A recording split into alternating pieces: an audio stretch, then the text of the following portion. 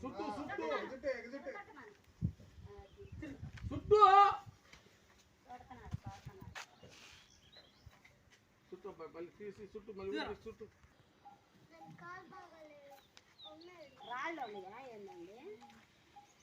ఇప్పుడమ్మా పడి చాలా అయిందమ్మా ఇది నిన్న ఇవాళది కాదు నిన్న నా దగ్గర ఈ ఊళ్ళో కనపడను తీసుకు పడింది నేను ఫోన్గానే చెప్పాను కూడా.